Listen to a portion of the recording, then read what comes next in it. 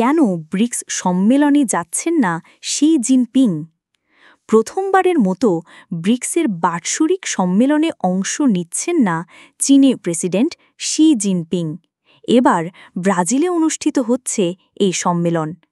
এক দশকেরও বেশি সময় ধরে অন্যতম প্রধান নেতা হিসেবে ব্রিক্সের বিভিন্ন সম্মেলনে সক্রিয় থাকলেও এবার তার অনুপস্থিতি কূটনৈতিক অঙ্গনে আলোচনার জন্ম দিয়েছে। খবর সিএনএন। চীনের হয়ে এবারে সম্মেলনে অংশ নিচ্ছেন প্রধানমন্ত্রী লি ছিয়াং। বিশ্লেষকদের মতে শির অনুপস্থিতি যদিও তাৎপর্যপূর্ণ, তবে এতে চীন ব্রিক্সের গুরুত্ব কমিয়ে দেখছে এমন কোনো বার্তা দেওয়া হয়নি। চলতি বছর সম্প্রসারিত ব্রিক্সে নতুন 5টি দেশ মিশর, সংযুক্ত আরব আমিরাত, ইথিওপিয়া, ইন্দোনেশিয়া ও ইরান যোগ দেওয়ার পর এটি প্রথম সম্মেলন। এই প্রেক্ষাপটে শিয়ের অনুপস্থিতি কূটনৈতিকভাবে লক্ষণীয়। চীনার প্রেসিডেন্টের না যাওয়ার পেছনে একাধিক কারণ দেখছেন বিশ্লেষকরা।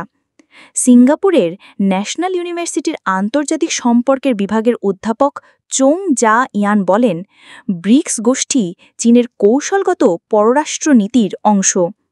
তবে ট্রাম্প প্রশাসনের কঠোর নীতির ফলে চাপ কিছুটা কমায় সে এখন অভ্যন্তরীণ অর্থনৈতিক সংকটের দিকেই বেশি মনোযোগ দিচ্ছেন।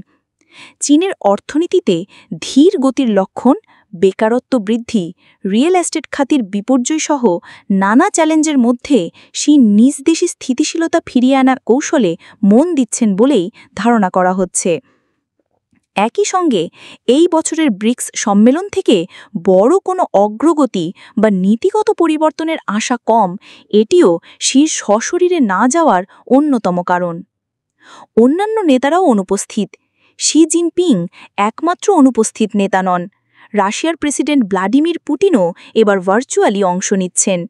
ইউক্রেন যুদ্ধ সংক্রান্ত অভিযোগে আন্তর্জাতিক অপরাধ আদালতের গ্রেপ্তারি পরোয়ানা থাকায় ব্রাজিল সফর করছেন না তিনি।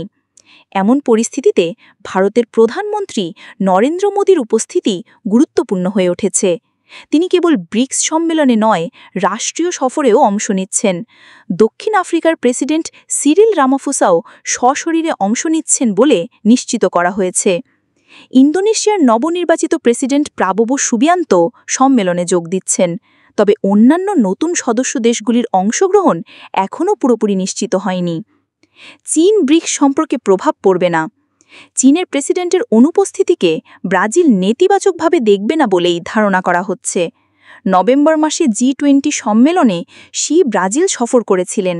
অপরদিকে মে মাসে ব্রাজিলের প্রেসিডেন্ট লুলা দা সিলভা চীন সফর করেছেন। দ্বিপাক্ষিক সম্পর্ক বেশ দৃঢ়ই রয়েছে।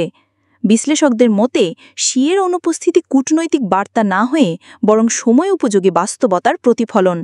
চীন এখন বৈশ্বিক প্রভাবের পাশাপাশি নিজেদের অর্থনৈতিক ভিত শক্ত করতে চায় এবং এই মুহূর্তে সেটাই তাদের অগ্রাধিকার।